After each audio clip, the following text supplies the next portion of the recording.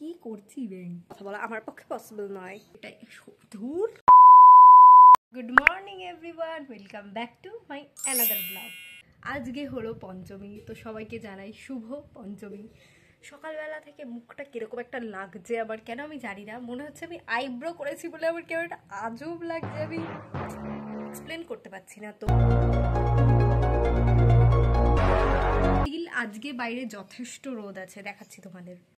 বাইরে যথেষ্ট রোদ আজকে, জানি না দুপুরবেলা বেরোতে বেরোতে আবার বৃষ্টি না নেমে যায়, কোনো তো ঠিক নেই। আর ব্রেকফাস্টটা করা হলে যে জামাটা আজকে পরবো সেটা আয়রন করব, আর কয়েকটা জামা আছে যেগুলো একবারে আয়রন করে রাখবো, কারণ আজকেই একটু সময় পাবো। তো তোমরা ব্লগটা দেখতে থাকো, আমি ব্রেকফাস্টটা করে এসে ব্লগটা আবার কন্টিনিউ করি। 1 hour later. দুঃখের কথা হলো আমি আমার নোজ স্ট্রিপটা কালকে এনে কোথায় ফেলে রেখেছি এখন আমি খুঁজেই পাচ্ছি না।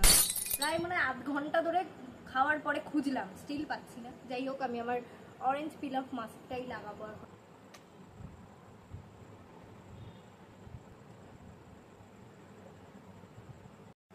কি করবো এতক্ষণ বসে বসে, একটা বই পড়ি। এই বইটা আমি পেয়েছিলাম বাংলা হাতের লেখায় ফার্স্ট হয়েছিলাম, তো তখন আমি এই বইটা পেয়েছিলাম। আজ পর্যন্ত মানে পুরোটা এখনো পড়ে দেখতে পারিনি।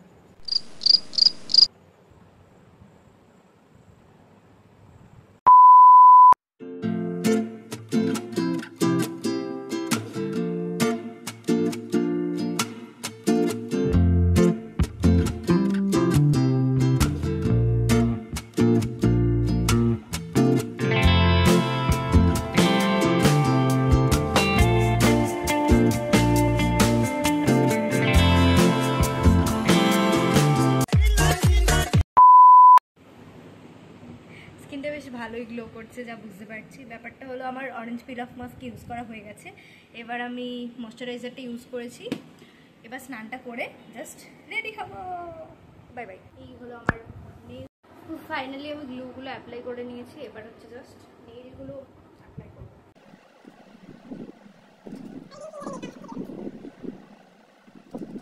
আমার পার্সোনালি মনে হচ্ছিল এই হাতের ব্রেসলেটটা ম্যাচ করছিল না, তো ওটাকে আমি খুলে রেখে দিয়েছি। So I am fully ready, এবার জাস্ট বেরোনোর পালা।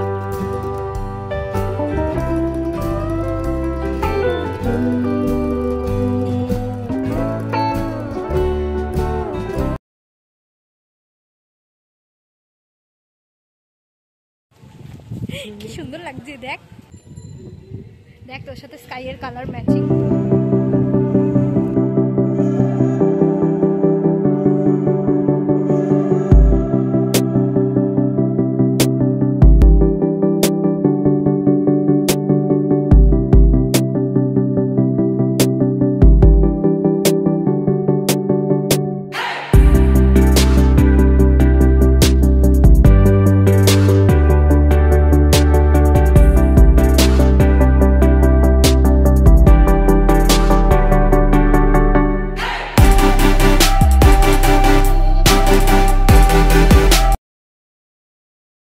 দুজনের পছন্দ মতো দুটো আইসক্রিম নিয়ে নিলাম, আর তারপরে ম্যাপে দেখছিলাম যে কোন দিক দিয়ে কিভাবে গেলে সুবিধা হয়। মানে আমি তো দেখছিলাম না, প্রীতমই দেখছিল। তো ম্যাপ অনুযায়ী টোটো করে গেলে বেশি সুবিধা হয়, তো আমরা ওখানে গিয়ে টোটোটা ধরলাম। আজকের ওয়েদারটা এত সুন্দর, পুরো একদম সানি ওয়েদার, এত সুন্দর লাগছে। ছবিগুলো ভীষণ ভালো এসেছিলো আজকের। আর টোটো আমাদের যেখানে নামিয়েছে সেখান থেকে 3 মিনিটের হাঁটা পথ, তো আমরা ওদিকেই হেঁটে হেঁটে যাচ্ছিলাম। আর আজকে খুব সুন্দর হাওয়া দিচ্ছিল, সুন্দর হাওয়া দিচ্ছে। অল্প একটু হাঁটার পরেই আমরা পৌঁছে গেলাম ক্যাফে লাতে, যেটা হলো কল্যাণীতে। ডিসক্রিপশনে আমি পুরো লোকেশন ডিটেলস ভালো করে দিয়ে দেবো, তোমরা আসার সময় চেক করে নেবে।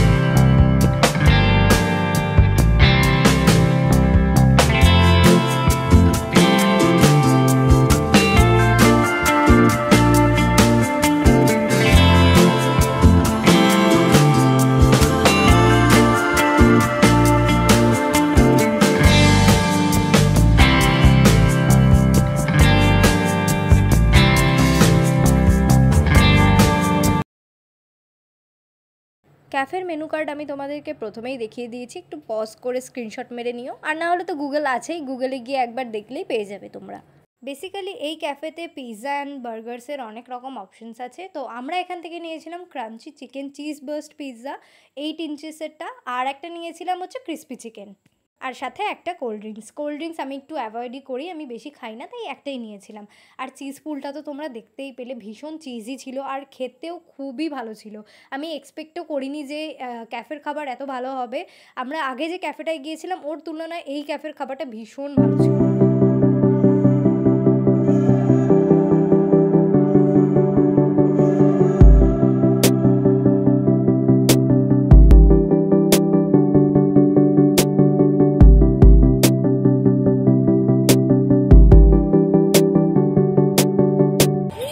আমার নখ খুলে গেছে গাইস। 2000 years later. জল ঢুকে গেছে না, নখ তো খুলে যাবে।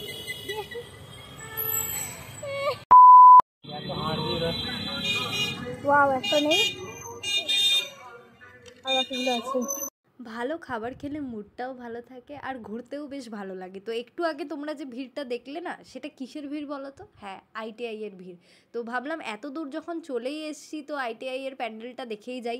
প্যান্ডেলের দিকে যেতে যেতে একটা পার্ক পড়েছিল রাস্তায়, তো সেটার ভেতরেই ঢুকে একটুখানি ছবি তুললাম আর একটুখানি দোলনাও চড়ে নিলাম, আর তারপরেই চললাম আইটিআই এর দিকে। আর ভিড় বলার মতো নয়। তো বাইরে থেকে প্যান্ডেলটা দেখতে কিছুটা এরকম লাগছে, ভাবছিলাম যে ভেতরে যাব, কিন্তু কিছুটা দূর সামনে এগোতে না এগোতেই দেখি এত ভিড় আর এত লোক। হ্যাঁ,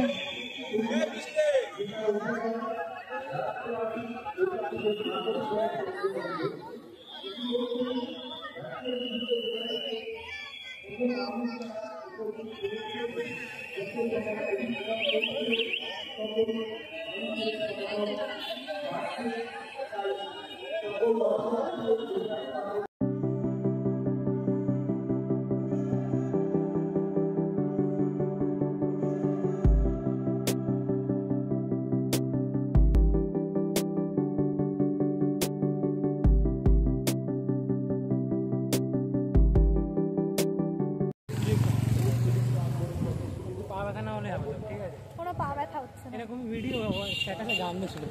হ্যাঁ হ্যাঁ, পাগল তো আমি। কল্যাণীতে যে পরিমাণ ভিড় হয়েছে সে কারণে টোটোও ঠিকঠাকভাবে চলছে না, আর টোটো করে গেলে রিজার্ভে যেতে হবে। তো আর রিজার্ভের জন্যও কেউ ইভেন ছিল না, আমরা দুজনই, তো দুজন রিজার্ভ করে গেলে বেশি টাকা লাগবে, এর জন্য আর রিজার্ভে যাইনি, শুধু হেঁটেই চলে গেছি আমরা। ইভেন আমাদের টাকা বেঁচে গেছে, 100 টাকা চাইছিল, 100 টাকা বেঁচে গেছে। আর ট্রেনও পুরো ফাঁকা ছিল, বসে ভালোভাবে যেতে পেরেছি। আর ট্রেন ফাঁকা হবে এটা আমি ভাবিনি, বসে রাখতে হবে কারণ ট্রেন ছাড়া টাইম 34-35।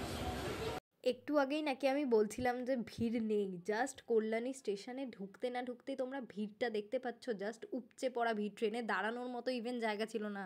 তারপর ফাইনালি শ্যামনগর পৌঁছে যখন রাস্তা দিয়ে যাচ্ছিলাম হেঁটে হেঁটে টোটো ধরতে, রাস্তাটা এত সুন্দর লাগছিল, আলো দিয়ে সাজানো, পুরো ভীষণ সুন্দর লাগছিল, জাস্ট মনোমুগ্ধকর যাকে বলা হয়। তারপরে টোটো ধরে চললাম বাড়ির উদ্দেশ্যে, আর বাড়ি যাওয়ার পথে কয়েকটা খুব সুন্দর সুন্দর প্যান্ডেল আর ঠাকুরও দেখতে পেয়েছি। এখন বাজে হলো প্রায় 8:30, আর এখন বাড়ি ঢুকলাম। আমরা প্ল্যান করেছিলাম যে আমরা দুপুরবেলা 1টার সময় যাব আর বিকেলবেলা 4:30-এর মধ্যে চলে আসবো।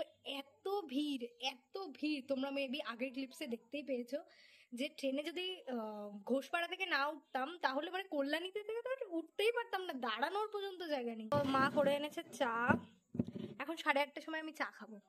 তো ষষ্ঠীর দিনে একটা ব্লগ করার ইচ্ছে আছে, মানে কালকে। আজকের মতো ব্লগটা এতটাই, দেখা হচ্ছে পরের একটা ভিডিওতে। যদি তোমাদের এই ভিডিওটা ভালো লেগে থাকে প্লিজ একটা লাইক করে দিও, আর অবশ্যই সাবস্ক্রাইব করে দিও। দেখা হচ্ছে পরের ভিডিওতে। Bye bye. Don't forget to subscribe, okay?